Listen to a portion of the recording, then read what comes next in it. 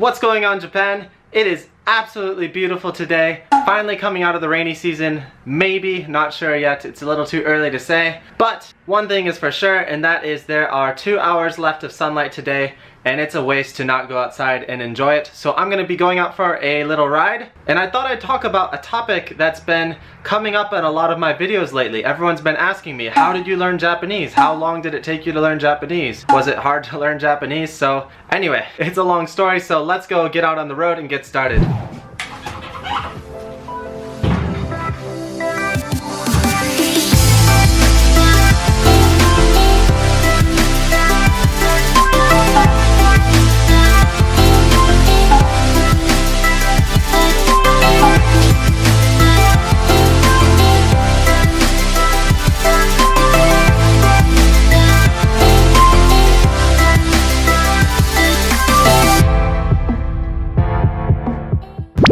So for those of you who are new to this channel, my name's Cruz. I'm an American, been living in Japan now for over 3 years, and on this channel I like to make videos about cycling in Japan, life in Japan, and any other videos that fall in between those areas. So today's theme, we're going to be talking about how did I learn Japanese, and it's a bit long. I can't answer this very quickly, so I thought I'd make a video today going out for a ride. And the theme actually sort of ties into cycling. It is a little bit of a long story, so let's go ahead and get started. You may notice, if you're a follower on this channel, you probably haven't seen me wearing the cycling jersey today. This is my Lindsey Wilson cycling kit. You probably never heard of Lindsey Wilson before, and I don't blame you. Lindsey Wilson College is an extremely small college located in the countryside in Kentucky, and I went there for 2 years, finishing up my undergraduate degree after transferring a couple times. So they had a varsity cycling program, fully supported cycling program, and I went there to pursue my dream of becoming a professional cyclist. Up until this time, I had no interest in studying language, no interest in really going abroad other than to Europe to race in professional cycling races. So I had a very focused, very local mindset. I was content with my life. I was content with living in the US with all my friends and just following my cycling dreams. That all changed in my last year of university. I pretty much had finalized all of my final courses that I need to graduate, and my roommate wasn't scheduled to graduate yet, so he was taking a bit more elective classes and stuff, and one of the elective classes he decided to take was Japanese. And he asked me, he's like, do you want to come check out this class with me? And I was like, sure, that sounds interesting. Like, I thought I'd just go and sort of like audit the first class, see how it felt, and didn't really think too much about it too seriously. But I went to the class, and the teacher was really entertaining. She said it was no problem for me to sit in the course and just audit, so I wouldn't get any credits, but I would take the course just for fun and learn in my free time. So there was no pressure. It wasn't needed for my major. It was completely unrelated. I was a business and accounting major, so completely unrelated, and I just really enjoyed it. Excuse all the heavy breathing. I'm kind of climbing up a mountain right now. Beautiful area here in Japan. Anyway, continuing on with the story. So even though I said I lived here over 3 years, that's not the full scope of the story. I started studying Japanese about 8 years ago. This video isn't supposed to be some sort of like master tips and like this is how you study Japanese the right way. Maybe I'll make some more videos in the future about language learning and efficient Japanese studying tips that worked for me. If you want more of these videos, like this video, leave a comment saying you want more videos like this, let me know. But anyway, I started studying Japanese 8 years ago, but I haven't studied Japanese 8 years. That'd be pretty intense. I studied for 1 year at the university class in Kentucky. We started out with about 20 people, a decent sized class, but in the first week they introduced hiragana, which is one of the writing systems. Japanese has a bunch of writing systems: hiragana, kanji, katakana, and it obviously adds a severe level of difficulty by quickly jumping into a new alphabet that you've never been exposed to before and suddenly being expected to learn it. I, however, really enjoyed the challenge, and I thought the characters were really cool. I thought it was cool that I was able to read the characters, or start to read some of the characters, but not everyone was up to the challenge, and half of the class dropped out within the first month. So we went from 20 to 10 students, and it actually worked out better for me because I got more one-on-one time with the teacher, and the people that were there were the people that were a bit more serious about learning. My roommate and I quickly became pretty obsessed with studying Japanese. Even though it wasn't my major, it wasn't my main focus, I was really, I don't know, for some reason I became really captivated with studying the language, wanting to learn more. And we put post-it cards all over our room, on the door, on the wall, on the refrigerator, and we just labeled them all in Japanese, so we were exposing ourselves as much as possible. Fast forward to semester 2, we're down to 3 people in the class from our original 20, which is saying something about the level of difficulty of learning Japanese. I was scheduled to graduate that year, but the Japanese teacher told me about an opportunity to study abroad in Japan, and I just decided to postpone everything, postpone my graduation, so that I could have an opportunity to study abroad before going into becoming a full-time worker. And that's how I first ended up in Japan. So after 1 year of studying university, I first came to Japan as a university student, and that's sort of where there was kind of a clash of my dreams. So at this point, I'd also gotten into a car accident. I wasn't able to attend the national cycling race, and my cycling dreams were sort of just going out the window. And whereas that was sort of being filled with passion for studying Japanese. So I came to Japan, did the study abroad program, originally was planning to stay for 1 full year, but that ended up getting cut to only a half semester because I kind of was thinking about the reality of the situation, like, why am I studying Japanese? I'm a finance and business major. How am I going to use this in my future? I didn't really have any ambitions at the time to become an English teacher, and I was just worried I was spending all this money to study abroad in Japan, but I didn't really see any payoff in the future, so I decided to cut off the second half of my trip. I went back home to the US and got a job as a full-time banker. When I came back, I was busy working full-time and didn't have any Japanese friends anymore to communicate with, so I just kind of stopped studying Japanese, and that was that. Until later, I decided to go back to graduate school and go back into programming, which was something I was interested in from a really young age. And while I was in grad school, there were a bunch of Japanese exchange students, or Japanese students that were also focusing on getting their graduate degree while we were there. And I sort of surprised a group of them one day when I went up to them and I was like, I speak Japanese.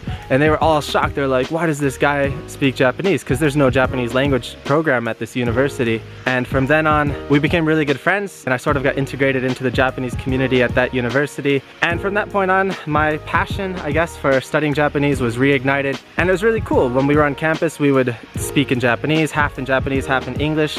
I still had a little bit of trouble with my speaking, so I focused a lot on reading, studying kanji, and listening. But I never really had much confidence to speak. I think this was the part that took the longest for me to learn or get comfortable with in my learning Japanese, is just the speaking, at first anyway. And so my friends were kind of the same with their English. They weren't so comfortable or confident in speaking English, so they would speak Japanese and I'd speak English, and we'd sort of communicate that way, which is pretty strange, but some of you who are studying Japanese have probably experienced a similar situation. After graduating graduate school, I had a job lined up after the summer break, so I decided to go to Japan one more time and visit some of my Japanese friends. During that time, I made a couple connections and somehow ended up getting an interview for the job that I am currently doing here.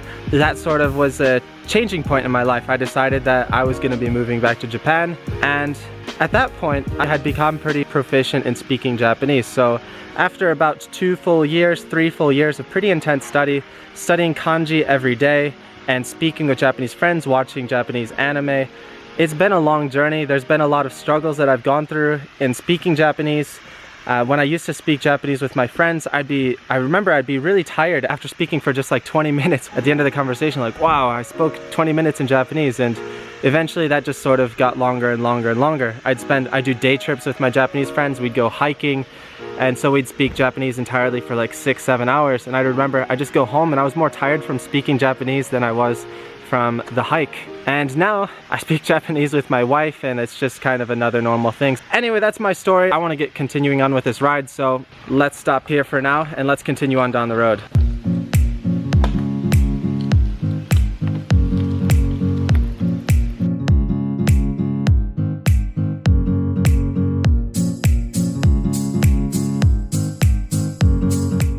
So yeah, it's been a pretty crazy long journey studying Japanese.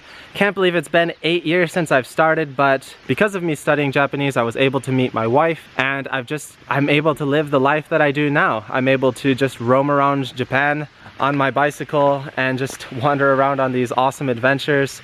So it's definitely worth it. For those of you who are on the fence of wanting to learn Japanese or not, the biggest piece of advice that I can give you is just you need commitment. You can't just go at this with just half motivation. You need the full commitment, studying kanji, grammar, vocabulary, listening, at least a little bit every day. And it's a hard language to learn, but there are things in Japanese that are really easy, but we'll save that for another video. Anyway, it's starting to get pretty dark. My 2 hours are starting to run up, so let's continue on with the ride.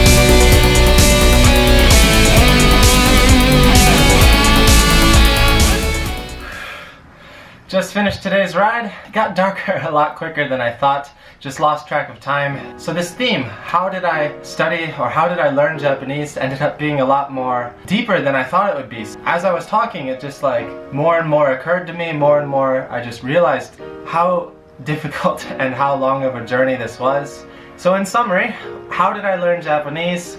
I was lucky that we had a Japanese program in my university. If that program didn't exist, if my roommate didn't go take that class, if that Japanese teacher didn't let me audit their class, I wouldn't be where I am right now. That could possibly be one of the biggest single life-changing events that's ever occurred in my life, because up until that point my dream had been to be a professional cyclist. Here I am teaching English in Japan, making YouTube videos, cycling around Japan. It goes to show that you never know where life is going to take you. Now that's not the point of this video, but if you have a passion, follow it. If your passion is to follow Japanese, give it a shot. You don't know where it might take you. And thanks to me studying Japanese, I now live a really comfortable life. I've got a bunch of beautiful bikes here in the bike room. I was able to meet my wife, and I'm really enjoying life. So anyway, this video has gone on and on and on, and that's gonna be it for today. If you like this video, please give us a big thumbs up. If you want to see more videos about this, if you have any other specific questions that you'd like us to go over, leave that below in the comments. We make weekly videos here on the 2O Cruise channel about cycling, life in Japan, and also studying Japanese. So if you're interested in those topics, make sure to click the subscribe button. Thanks for watching. We'll see you next time here on 2O Cruise.